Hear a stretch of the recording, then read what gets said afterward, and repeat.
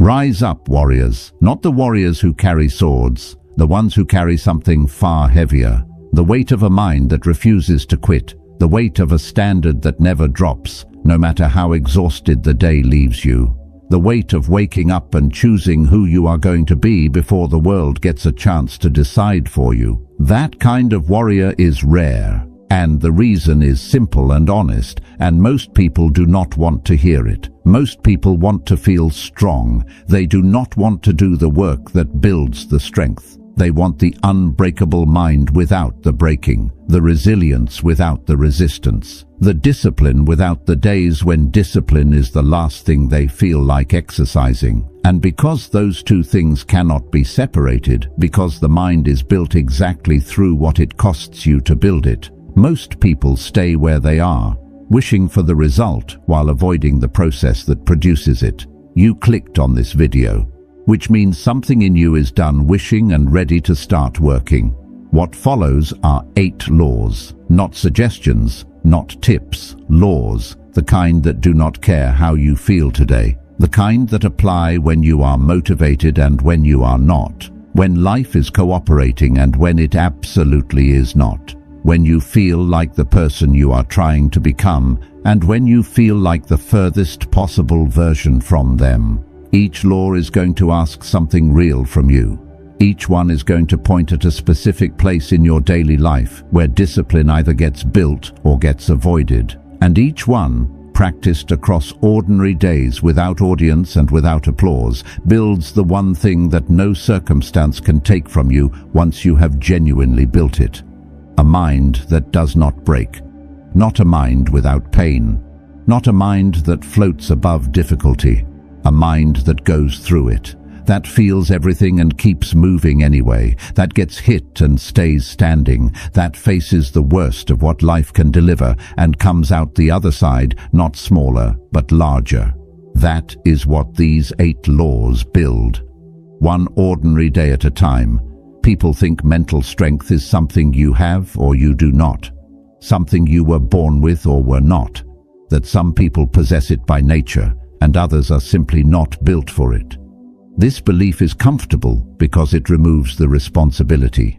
If strength is a gift, then the absence of it is not something you did. It is simply how you arrived. That belief is wrong. Mental strength is built exactly the same way physical strength is built. Through training, through the specific, consistent, repeated application of effort to the thing you are trying to develop. A person who has not trained their mind is not someone who lacks mental strength. They are someone who has not trained for it yet. Those are very different things. One is permanent, the other has a solution. These 8 laws are the solution. Apply them across ordinary days and watch what accumulates. If you are ready to be forged rather than consoled, comment below, "Forge me." Number 1. The law of governance. Control yourself first. Everything else will follow. Here is the truth that changes everything once you actually accept it instead of just agreeing with it. You were never going to control the world. You were never going to control other people. You were never going to control the timing of outcomes, the fairness of circumstances, the behavior of the person who hurt you, or the specific combination of things that arrived in your life uninvited and refused to leave on your preferred schedule.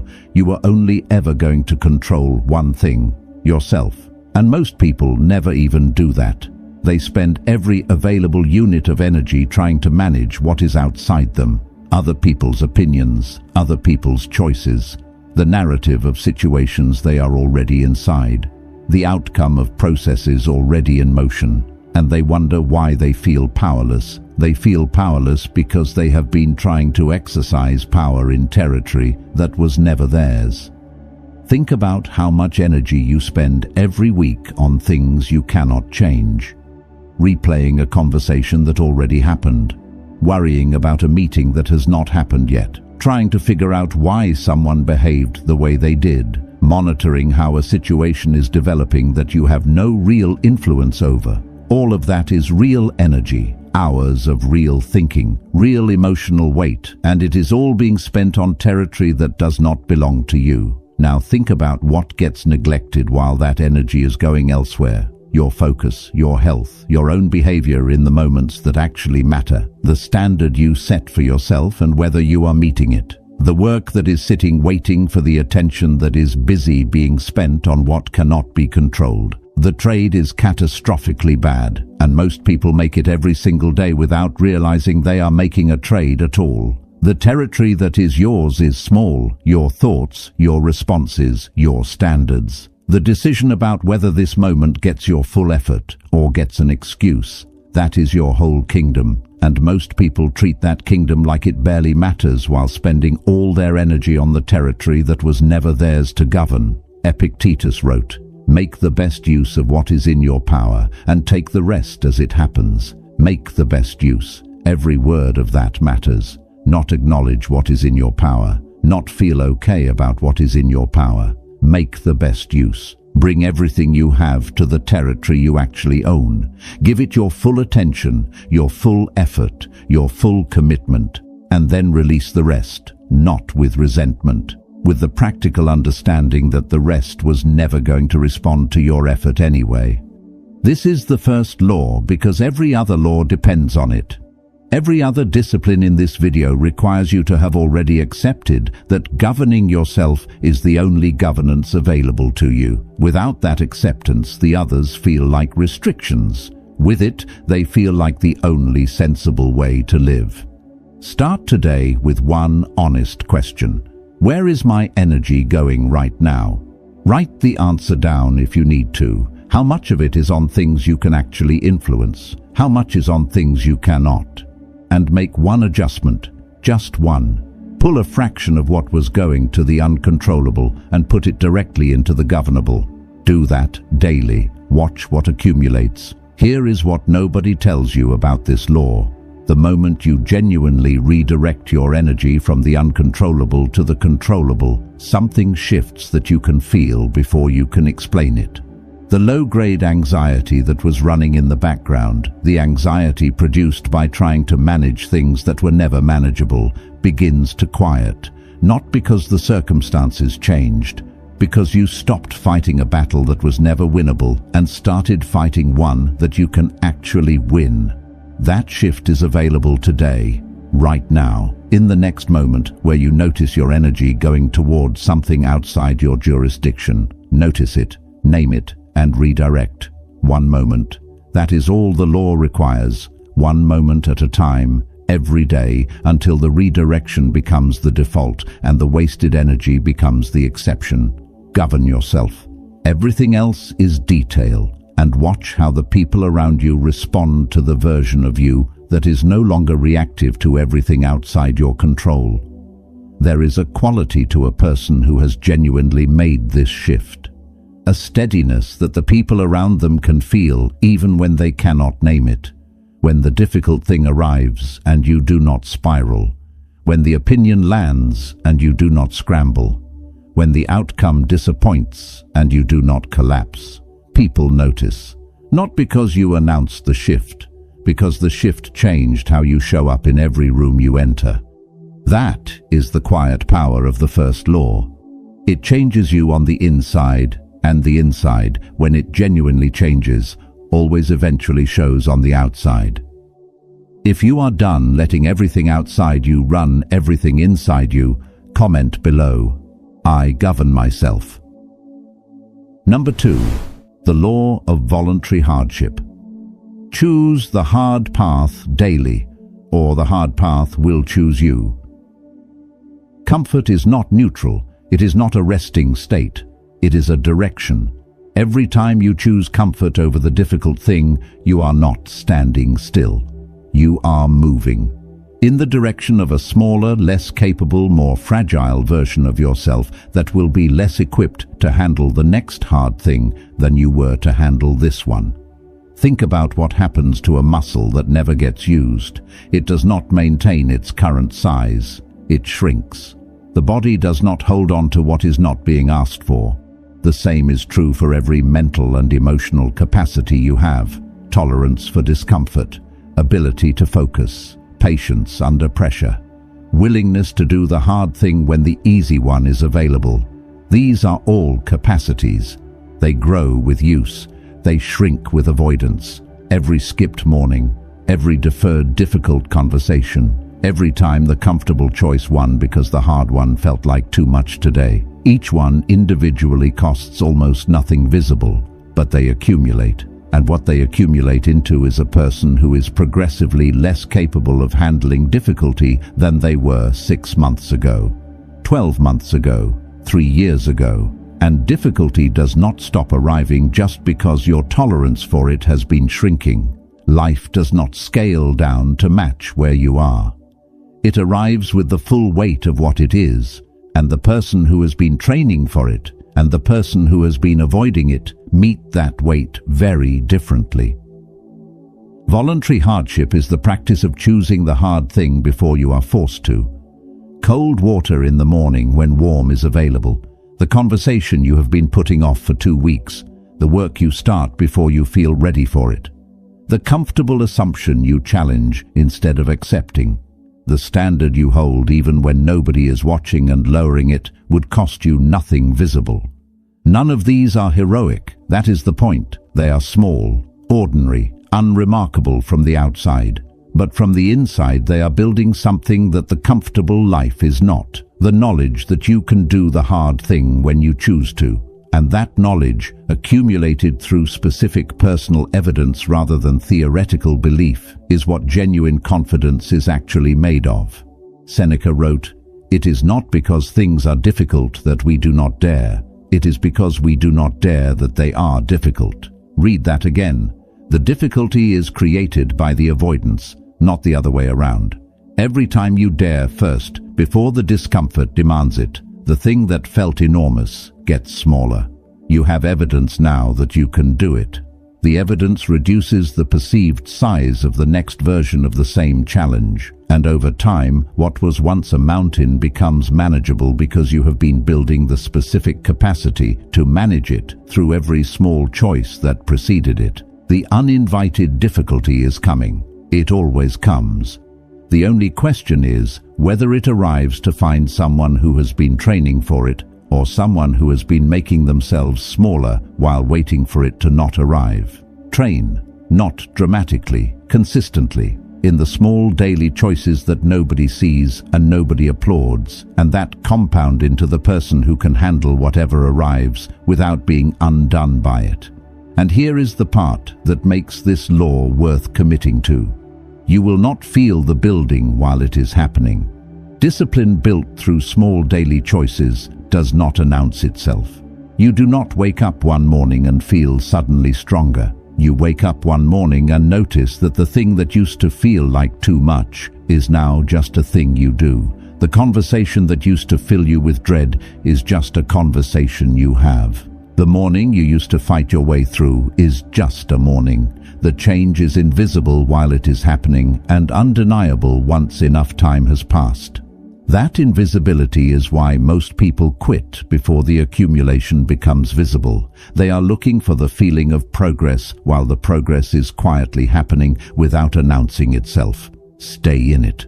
The building is real. It just does not feel like much until the hard thing arrives and you discover that you are not undone by it. That discovery is the payoff, and it only comes to the person who kept choosing hard when the feeling of progress was nowhere to be found. If you are finally ready to stop choosing comfort and start choosing strength, comment below, "I choose hard." Number 3. The law of the present. Stop living in your head. The only moment that counts is right now. Right now, while you are reading this, your mind is probably also somewhere else. Maybe it is in a conversation from last week that did not go the way you wanted. Maybe it is 3 weeks ahead running through everything that might go wrong with something you are working on. Maybe it is in a comparison with someone whose life appears to be going better than yours from the angle you are viewing it. Maybe it is rehearsing an argument with someone who is not in the room. This is the default setting of the human mind. Left without direction, it does not rest in the present. It travels into the past, to replay what happened, into the future to simulate what might, into other people's lives to measure itself against what it sees from outside. The mind in its untrained default state is almost never fully here. And here is the problem with that. Everything that can actually be done exists here, in this specific moment, not in the conversation from last week which is already closed, not in the simulated future which has not arrived and may not arrive in the form you are simulating, not in the comparison with someone else's curated external presentation of their life. Here, in the real, actual, happening right now moment. The fraction of your mind that is actually present for what is happening right now is the fraction of your capability that this moment gets. If half of you is in last week and half is in next month, then the thing in front of you right now is getting a version of you operating at a fraction of what you are actually capable of. And you will wonder why your work feels scattered, why your relationships feel like you are partially there, why the day ends and you feel like you were busy but accomplished less than you should have. The answer is that you were not fully in the day, you were in several other days simultaneously. Training presence is not about achieving some perfect permanent stillness where your mind never wanders. That is not possible, and it is not the goal. The goal is the return. Every time you notice your mind has gone somewhere else, you bring it back. That is the practice. The noticing and the returning. Not staying present perfectly. Returning to present consistently. The noticing is not failure. The noticing is the whole point. The person who notices their mind wandering and returns it 500 times today is not someone who failed to stay present 500 times. They are someone who practiced the return 500 times. And 500 returns practiced daily over weeks and months build something in the brain that research confirms and experience validates. A genuine, growing, increasingly automatic capacity to be where you are. Marcus Aurelius wrote, "Confine yourself to the present. You have power over your mind, not outside events." The power over your mind starts with the power to direct where it goes. This is not a power you were born with fully formed. It is a power you build by exercising it, by noticing the wander, by choosing the return, by deciding repeatedly that this moment, this specific unrepeatable moment, deserves you fully rather than the fraction left over after the past and the future have taken what they wanted. Try this today. Pick one activity, just one, a meal, a conversation, 30 minutes of work, and for that one activity bring yourself back every single time your mind leaves. Do not judge the leaving, just return. Do it consistently for that one activity and notice what the full version of your attention produces compared to the partial version you have been giving it. The difference will be enough to make you want more of it. Here is what full presence actually produces that partial presence never does. When you are fully in a conversation, you hear what is actually being said instead of what you expected to hear. When you are fully in your work, you solve the actual problem instead of the version of it you brought in from yesterday. When you are fully in a moment with someone you love, they feel it.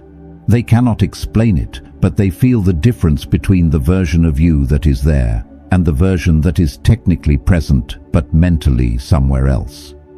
Your relationships improve when you are present. Your work improves when you are present. Your decision-making improves when you are present because you are responding to what is actually happening rather than the story your wandering mind constructed about what is happening. The return practice is not just a mental discipline, it is a quality of life practice. The more you return, the more you get from each moment, and the more you get from each moment, the less you need from the next one to feel like your life is actually being lived.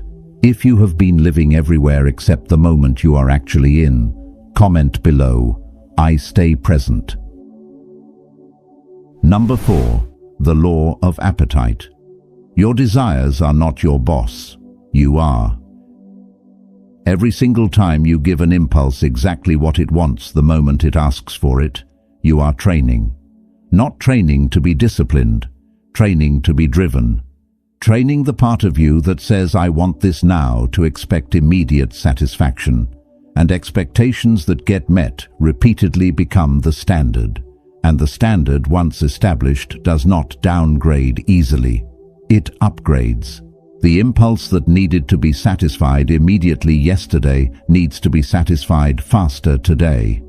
The discomfort of waiting gets harder to tolerate the less frequently you are asked to tolerate it. This is not a moral judgment about having desires.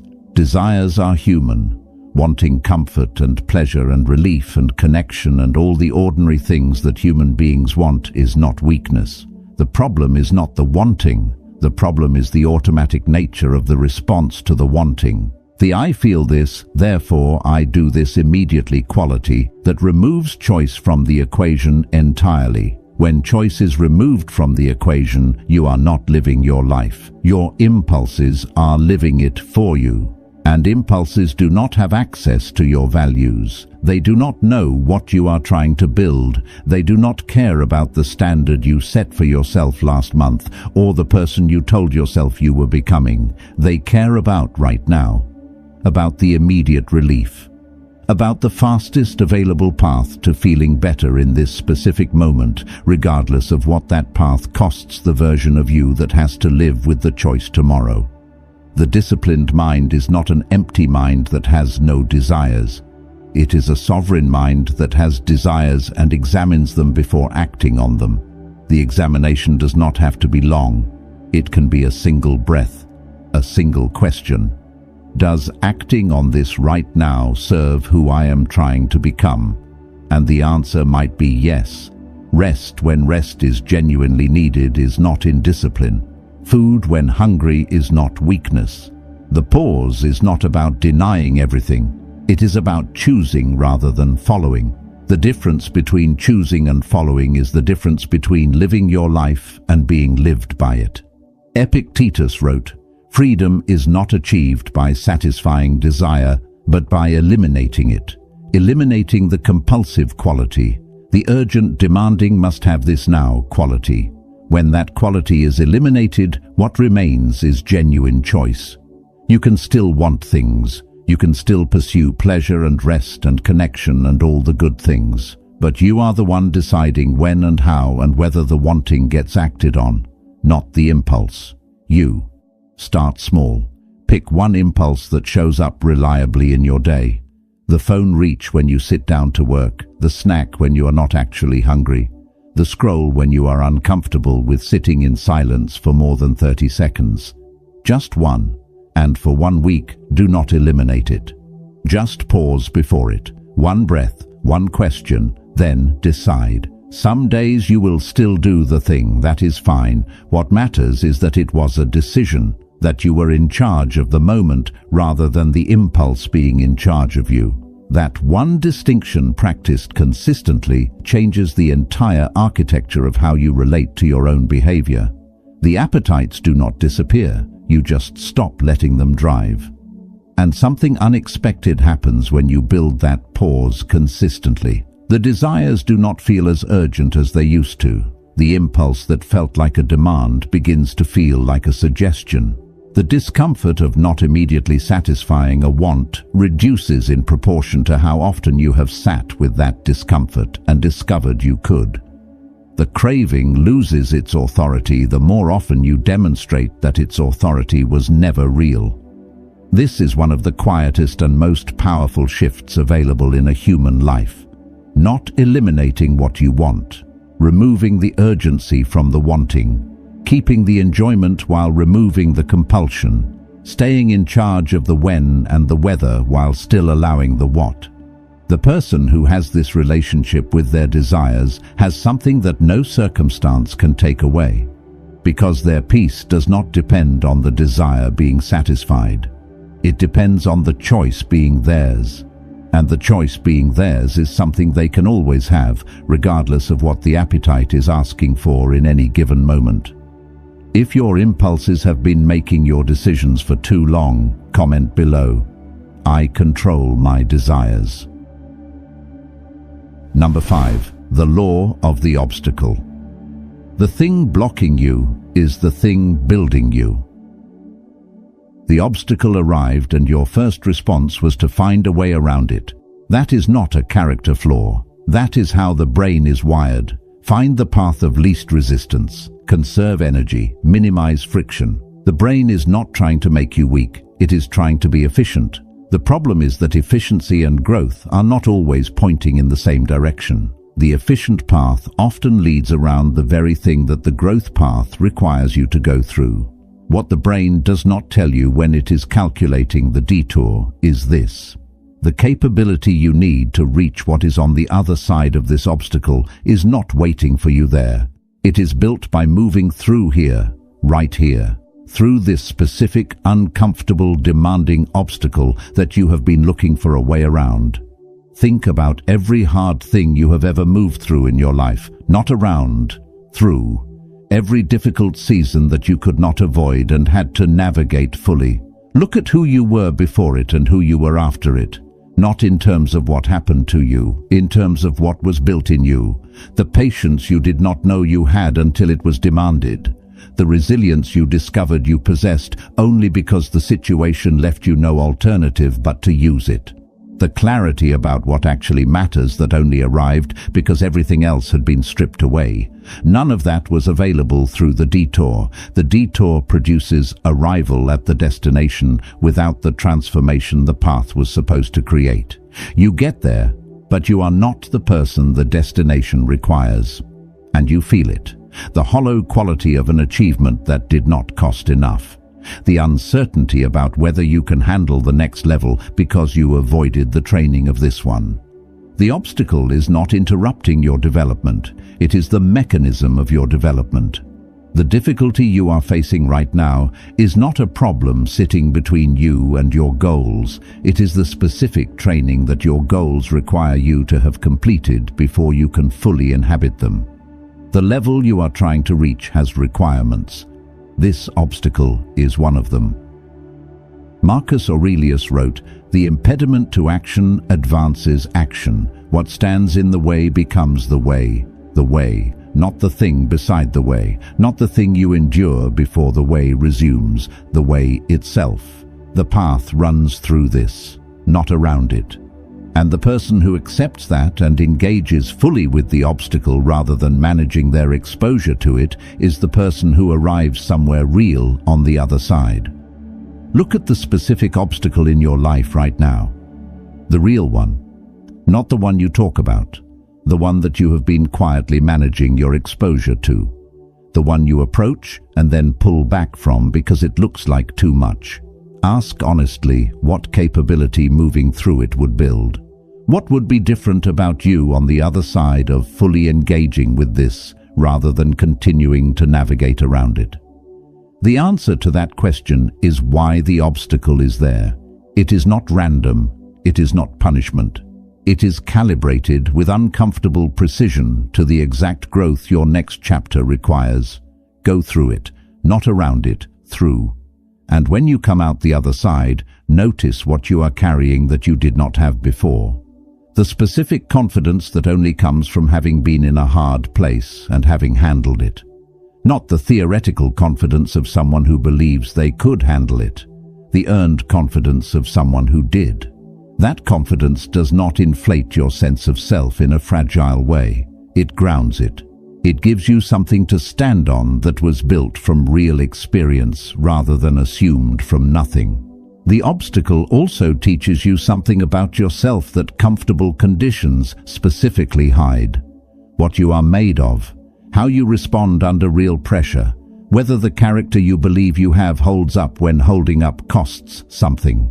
You cannot know the answers to those questions from inside the comfortable life. The obstacle is the test, and the test, passed or failed, always produces information that the absence of the test could never have provided. So the obstacle serves you either way. If you move through it, you gain capability and evidence. If you fall short of it, you gain specific information about what needs to be developed. Either way, something real was produced that would not have been produced without the obstacle being there. That is not reframing. That is an accurate description of how human growth works. If the thing you thought was stopping you is actually the thing shaping you, Comment below. Obstacles build me. Number 6. The law of impermanence. Everything ends. Use that truth to start living fully today. Think about the last time you were genuinely present for an ordinary moment. Not a holiday, not a celebration, not a moment you identified in advance as significant and showed up fully for because you knew it was supposed to matter. An ordinary Tuesday, a meal with someone you love, a quiet morning before the day started making demands, a conversation that did not have an agenda. One of the unremarkable, uncelebrated, completely ordinary moments that make up most of a life. Were you actually there? Or were you partially there and partially somewhere else? In your phone?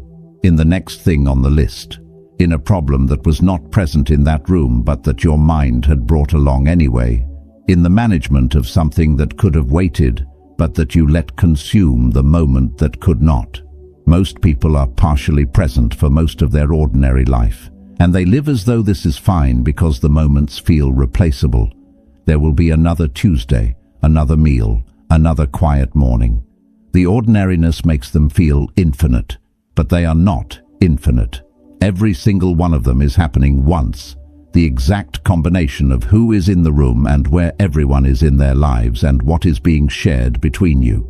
That combination is not repeatable. This version of it is happening right now and only right now. The awareness of impermanence is not about making you sad about endings. It is about making you present for the middle, about letting the knowledge that this is finite inform how much of yourself you bring to it while it is still here.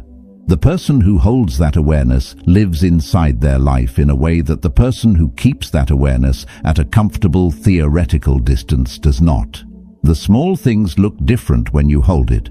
The slow driver does not cost you 20 minutes of irritation because you do not have unlimited minutes to spend on irritation.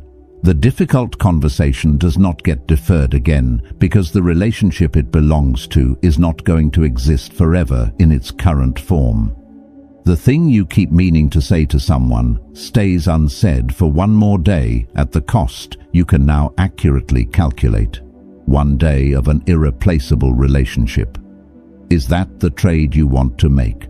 Marcus Aurelius wrote, "Perfection of character is this, to live each day as if it were your last, without frenzy, without apathy, without pretense, without frenzy, without apathy, without pretense, not anxious panic about endings, not the performed intensity of someone trying to feel everything loudly, genuine full presence, genuine full engagement, the kind that is quiet and real and that the people in your life can feel when you bring it and feel the absence of when you do not.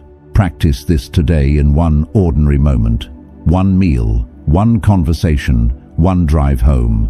Hold the awareness that this specific version of this moment is happening once. Let that awareness determine how much of yourself you bring to it. And notice what changes when you show up fully to something ordinary rather than partially to something that was supposed to be significant. The ordinary moments are most of your life. If you are not present for them, you are not present for most of your life.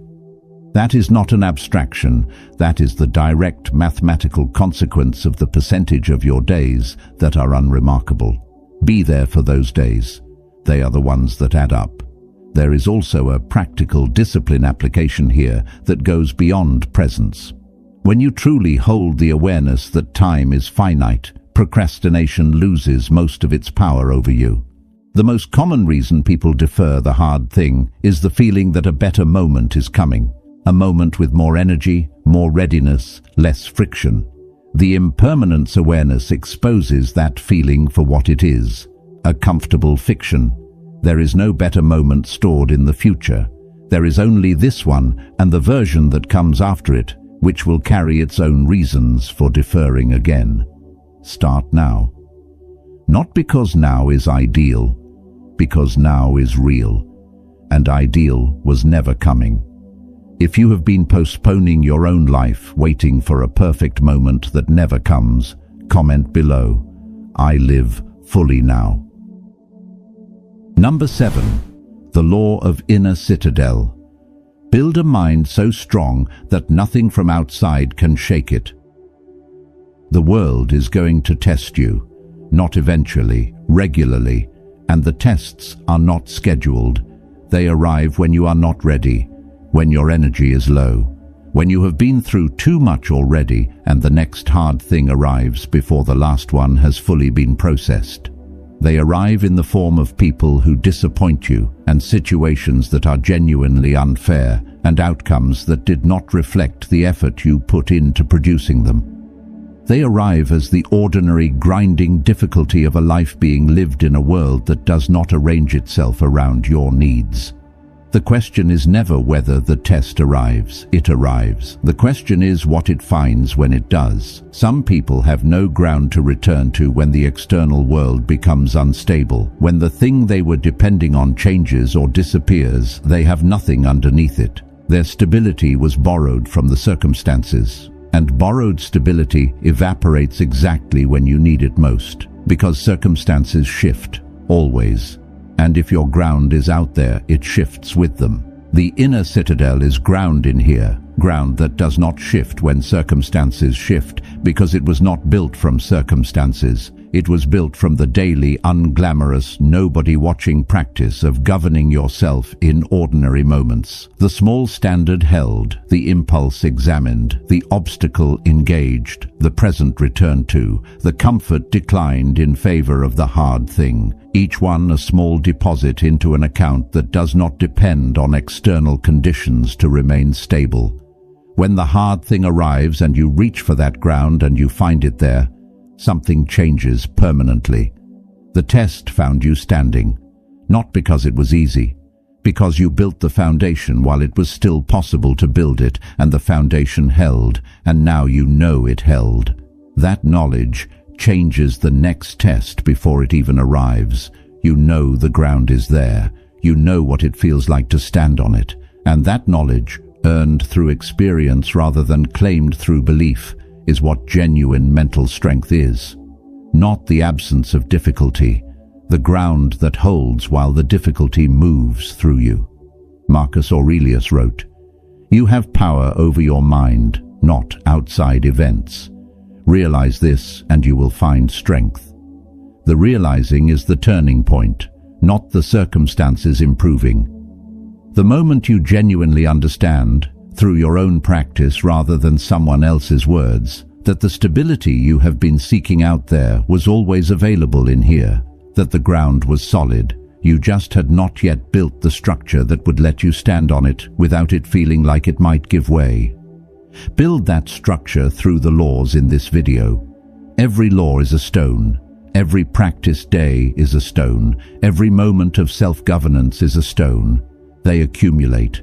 And what they accumulate into is not visible until the test arrives and you discover that you are still standing when you expected to have fallen. That is the citadel, built in the ordinary, revealed in the extraordinary, available every time as long as the building continues. So keep building, today, in the next ordinary moment, one stone at a time. And know this about the inner citadel.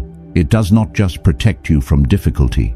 It changes how you walk into rooms, how you carry yourself in conversations where the stakes are high, how you respond in moments where other people are watching to see if you will fold.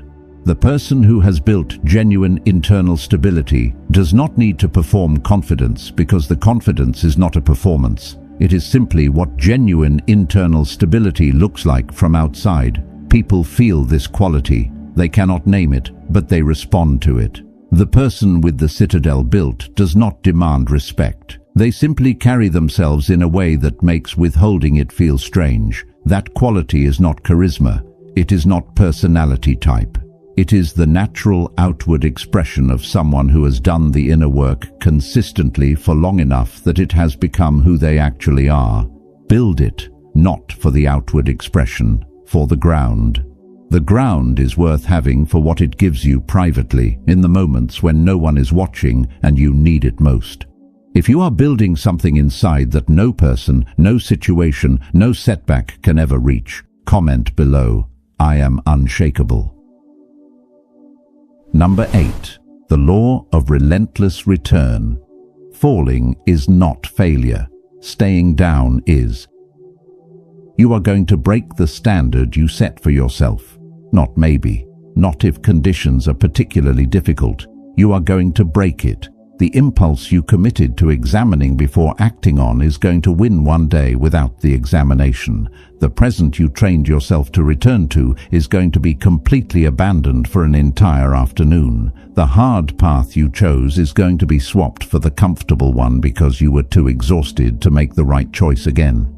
The obstacle you committed to moving through is going to be avoided because that specific day it genuinely felt like too much. That moment is coming, and what you do in the 10 minutes after it is the difference between building something that lasts and building something that resets every time the standard gets missed. Most people have two responses to breaking the standard, and both of them make things worse. The first is the spiral, the "I broke it, so it means nothing" response. The discipline was an illusion response. The "I am not the kind of person who can sustain this" response. This response takes a single missed moment and converts it into a story about identity that makes every subsequent return harder, because you are now not just returning to a practice. You are arguing against a conclusion you drew about who you are. The second is the skip. The "everyone has bad days" response that does not examine what produced the break and does not extract the information it contains. This response feels kind, but it is not. It leaves the same vulnerability in place, and the same vulnerability produces the same fall in the same place the next time the same pressure arrives. Because nothing was learned, nothing was adjusted. The fall was acknowledged and then moved past without the honest look that would have produced something useful from it. The third response is the only one that builds anything. Name the fall. Not with drama, honestly. Look briefly and specifically at what produced it, not what justified it, what produced it. The tiredness that was not managed, the situation that was not prepared for, the specific moment where the choice was available and the wrong one was made. Extract the information, adjust what can be adjusted, and return immediately, without the extended performance of guilt or self-criticism that delays the return and produces nothing except a longer gap between the fall and the recovery. The return is the whole practice, not the seamless consistency that discipline looks like from outside. The return, again and again, getting faster, getting cleaner, the drama getting smaller, the gap between fall and recovery getting shorter. Until what looks from outside like perfect consistency is actually a practice of falling and returning so fast and so cleanly that the falls are barely visible. Seneca wrote, "Begin at once to live and count each separate day as a separate life. Each separate day as a separate life. Yesterday's account is closed. It produced what it produced. Today's account opens now." Not clean in the sense that yesterday had no consequences. The consequences are real and present, but the standard opens again. The practice opens again. The possibility of the best version of today opens again regardless of what yesterday contained. This is available every single morning, not after a perfect week, not after you have proven you can sustain the standard for a sufficient period. Every morning. The account opens, the practice is available. The person you are trying to become is closer than the person you were yesterday, not because yesterday was good, but because today is here, and today has always been enough to begin from. The warrior who has fallen and returned is more prepared than the warrior who claims they never fell. Because the warrior who returned has practiced the path back. They know it. They can walk it in the dark. And when the next fall comes, and it will come, they do not have to figure out how to return. They already know. The route is familiar. The drama is stripped out. The fall and the return become a clean sequence that the unbreakable mind executes without ceremony and without the story that once made it feel catastrophic. Fall, return. That is the law, the most important one. Without it, none of the others hold for long. With it, all of them are recoverable from any distance and any duration. One more thing about the return that matters deeply. The return is an act of self-respect. When you fall and do not return, you are making a decision about your own worth. You are deciding that you are the kind of person who stays down. The return reverses that decision. Every single return is a statement. I am the kind of person who gets back up. And that statement, repeated enough times, becomes the belief. And the belief becomes the identity. And the identity becomes the person who finds, eventually, that falling does not produce the old spiral anymore. It just produces the return. Automatic, immediate, clean. That is what the law of relentless return is actually building, not just the discipline to return. The identity of someone for whom returning is simply what they do, not a struggle, not a feat of willpower, just the next move. The natural response of a person who has made the return so many times that anything else would feel wrong. You become that person one return at a time, starting with the next one. One final thing about the law of relentless return. It is the most forgiving of all 8 laws while also being the most demanding. Forgiving because it asks nothing of you except the return. It does not ask for the perfect day. It does not ask for the clean week. It does not ask for the evidence that you have mastered the other 7 laws before it applies to you. It asks only for the return. Every time, from wherever you fell, however far back you went, just return. Demanding because the return has to be real, not the performance of a return that is actually just a pause before the next fall. Not the announcement of the return without the actual changed behavior that follows it, the real return. The one that looks at what produced the fall, adjusts what can be adjusted, and genuinely moves forward differently. That real return, practiced consistently, is the most honest measure of whether the 8 laws are taking root. Not the days when everything went well. The days when something went wrong and you came back anyway. Those are the days that build the unbreakable mind, quietly, without announcement, one return at a time. If you have fallen before and you got back up, and you will get back up again no matter what, comment below, I always return. 8 laws. 1 warrior.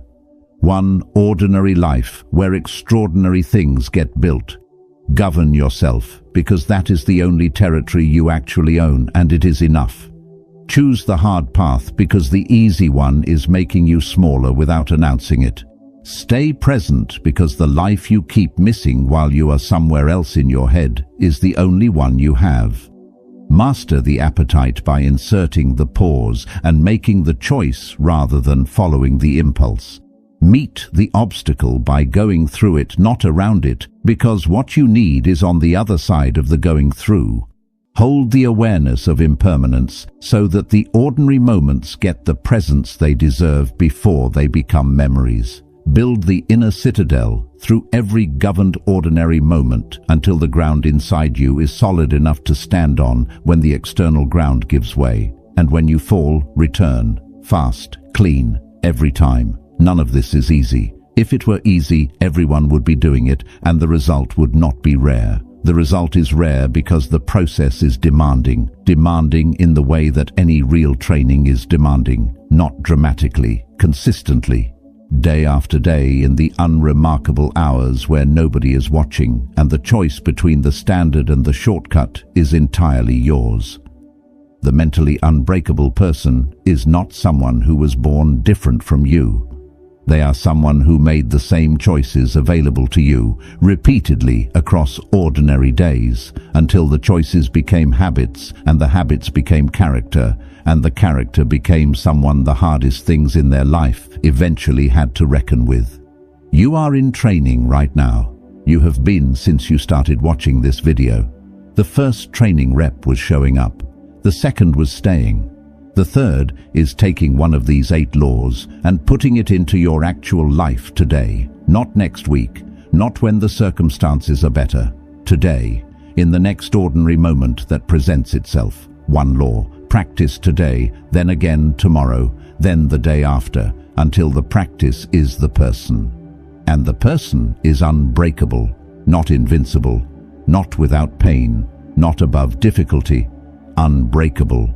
The kind that bends in the storm and does not snap, that gets hit and stays standing, that falls and returns every single time without exception until the returning is simply who they are. Here is what the unbreakable mind produces that most people are not expecting. It does not just help you handle the hard things. It changes how you experience the ordinary ones. When the mind is governed and present, and the appetite is managed and the standard is being held, the ordinary Tuesday feels different from the inside. Not more dramatic, more real, more yours, more fully inhabited than the version you were living before the laws were in place. The discipline does not just prepare you for the worst. It deepens your experience of everything. The focus that was scattered across everything that could not be controlled comes home and goes into what can be. The energy that was being spent on every impulse that presented itself becomes available for what you actually chose. The time that the wandering mind was spending in the past and the future becomes available for the present, where your life is actually happening. The unbreakable mind is not a defensive posture. It is an offensive one. It is not built to survive. It is built to fully inhabit, to be completely present for the good things and completely equipped for the hard things and completely honest about the difference between the two. That is the life these 8 laws are building. Not a perfect life, a fully inhabited one. And a fully inhabited ordinary life is worth more than a perfectly managed one that was never truly lived from the inside. That is who you are building, starting right now. If this video built something in you today, share it with a warrior who needs to hear it. And remember, you are not forged in the easy moments. You are forged in exactly this one. 8 laws, 8 daily practices, 8 commitments made not to the world, but to yourself, in the quiet, in the unremarkable, in the moments where nobody sees the choice and the only person it matters to is you. Those moments are the whole building. Everything visible that the outside world eventually sees was made in those invisible moments first. Go build. Start today. One law, one moment, one decision that the person you are becoming would be proud of. The warrior you were always supposed to be is not waiting somewhere in the future. They are waiting in the next choice you make. Make it count.